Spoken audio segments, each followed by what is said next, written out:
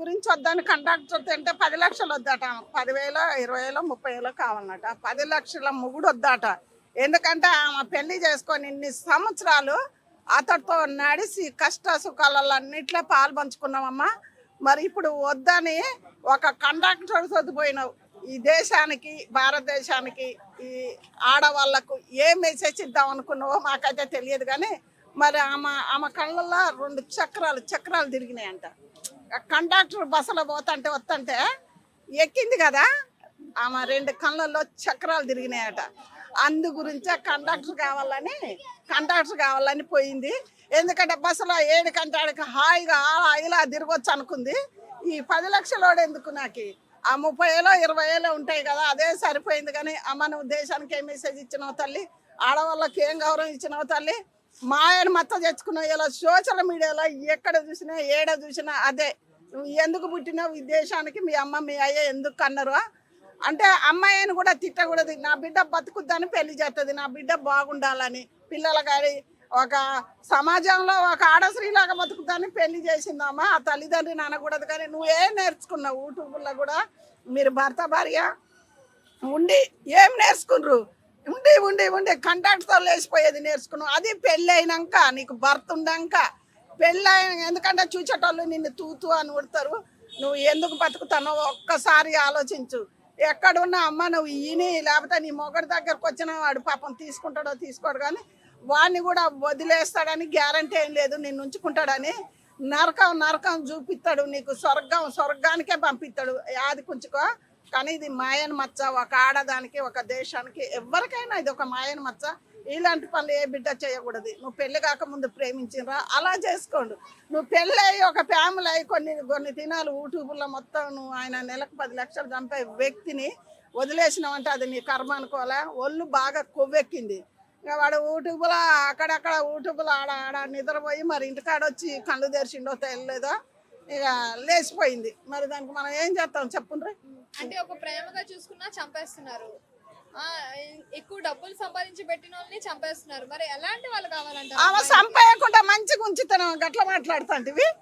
ఇంకా సంపేయకుండా పోయింది. ఆ 10 లక్షలు ఏదో ఇంతో అంత ఆస్తిని కూడా కాపాడి ఆమె పోయిందంటే నా పెనుడి మీద ప్రేమ ఉందిలే. కానీ ఆ కండక్టర్ ఉండా వానికి కట్టెలు పెట్టి తోయాలి. ఎందుకంటే ఒక ఫ్యామిలీని వీడు జడగొట్టినట్టుగా ఒకవేళ ఇది ఒళ్ళు కొవ్వెక్కి వచ్చింది అనుకో, అమ్మ నేను బస్సు తోలి బతుకుంటానా, నీకు భర్తుండు, అమ్మ నువ్వు ఇలా చేయొద్దని వాడు ఒక్క మాట కూడా చెప్పాలా? వీని బాధాలే. లేకపోతే పోలీస్ స్టేషన్లో ఎక్కడైతే తొక్కాలి. ఎందుకంటే అరే నీలాంటి వాళ్ళు బస్సు తోలు బొచ్చాడు మంది ఉన్నారు, ఎవరు చేయలేదురా ఇలాంటి పని.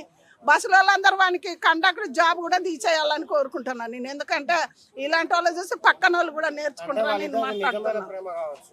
నిజమైన ప్రేమ అది నిజమైన ప్రేమ. వాడు బస్సు తోడిపోయి 10 లక్షలు 10 లక్షలతోటి చక్కగా ఫ్యామిలీ 10 లక్షలు కాదు, నువ్వు రోజు చుతారు పని చేసి కూలీ చేసి బతుకున్నా ఇద్దరు ఒక గూడు కింద బతుకింద అదొక ఇది. 10 లక్షలు కాదు, డబ్బును చూసిపోవద్దు. ఎందుకంటే చేసుకున్నావు కదా తల్లిదండ్రి. మళ్ళీ అది లవ్ మ్యారేజ్.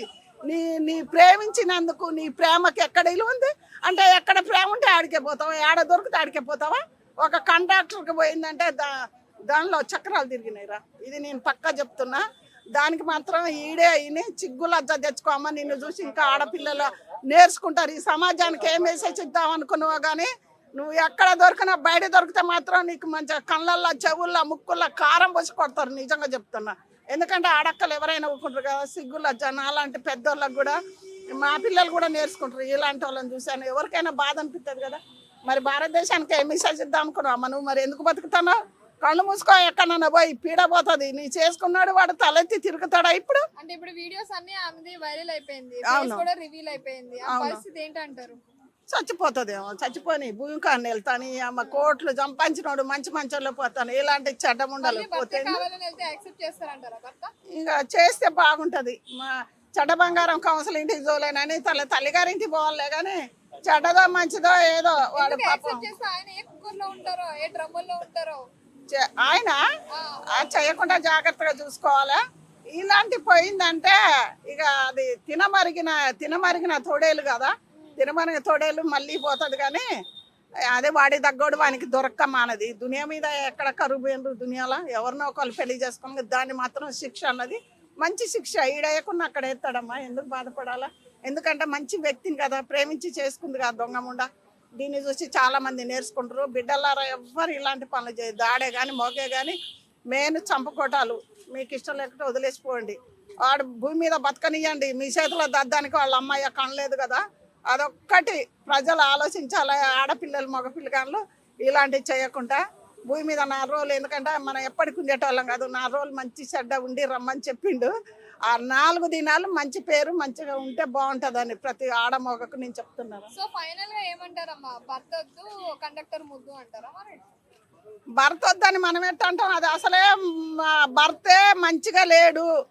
వాడు ఇక వాని మీద ఎన్ని నిందలు వేసిందో ఎన్ని బందెలు వేసిందో తెలియదు. నాకు 10 లక్షలు వద్దు 30,000 కావాలని అది పోయింది. దాని కళ్ళల్లో చక్కరాలు. ఇంకా మనం ఇప్పుడు మాలాంటి వాళ్ళు అంటే ఆమె ఎవరో ఒక టీవీలో చూస్తా నేను, ఏమోనండి నా కళ్ళల్లో 2 చక్రాలు తిరిగినాయి అని అంటది కదా. ఈ లంజముండ కూడా అట్టనే చక్రాలు తిరిగి కండక్టర్ మీద బస్సులో పోతుంటే ఆ టికెట్లు ఆయన కొడుతుండు కదా, వాడికి దాని కంట్లో పడిపోయిండు.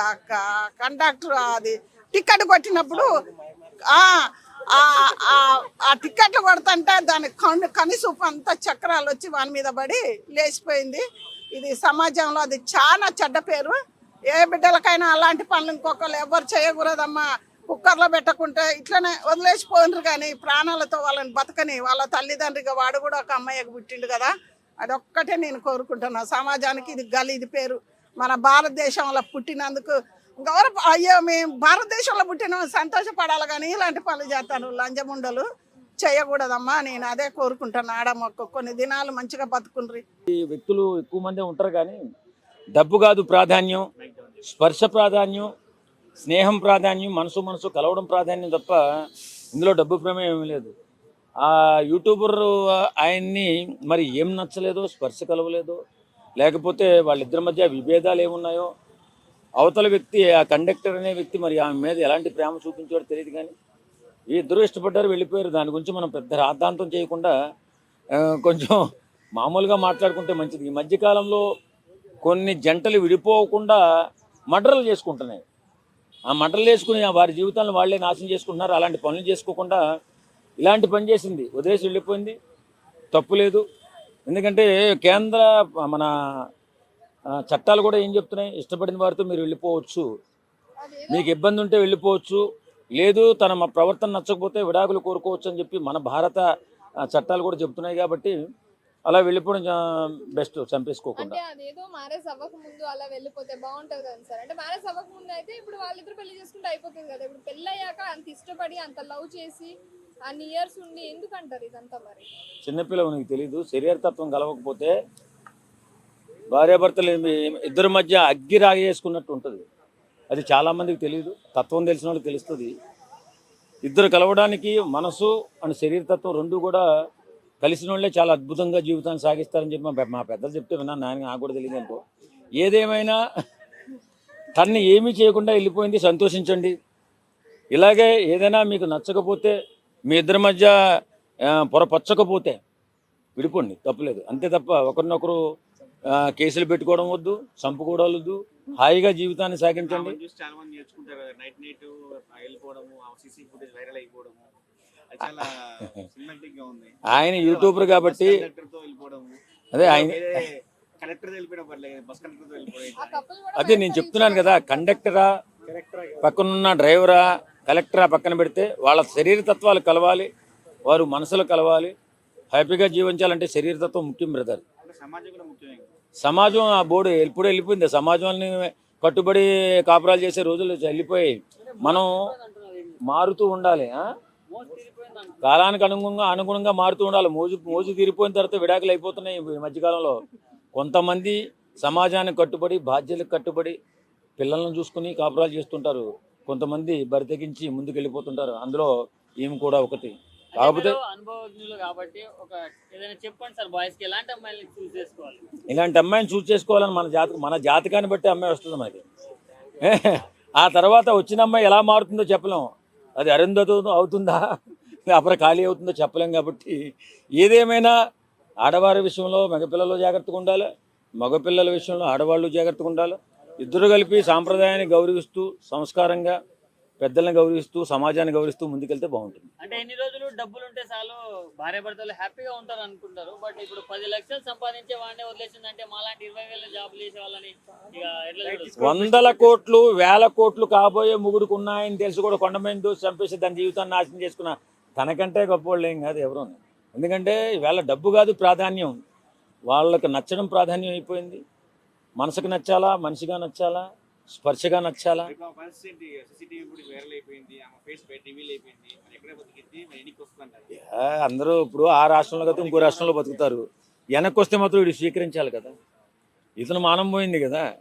ఇంత నెలకు 10 లక్షలు 5 లక్షలు సంపాదించేవాడు పిల్లమే నిలబడలేదురా అంటున్నారు. అది వాస్తవం కాదు. వాళ్ళిద్దరి మధ్య ఏం జరిగిందో మనం తెలుసుకోలేదు కాబట్టి వాళ్ళిద్దరూ అలాంటి వాళ్ళు కూడా అమ్మాయి చాలా అందంగా ఉంది, ఇలాంటి అమ్మాయి పనులు చాలా చేస్తుంది. అందంగా ఉంది కాబట్టి రెండో పెళ్లి చేసుకుంది అంటున్నారు కొంతమంది. అమ్మాయి అందంగా ఉంటే రెండో పెళ్లి చేసుకుంటుందా? అని అందం కాదు అక్కడ, వాళ్ళిద్దరి మధ్య మరి ఏంటి సమస్యలు వచ్చాయో తెలియదు కానీ ఇక్కడికి నువ్వేదేదో అడుగుతున్నావు. వెళ్ళిపోతూ అడుగుతుంది కదా.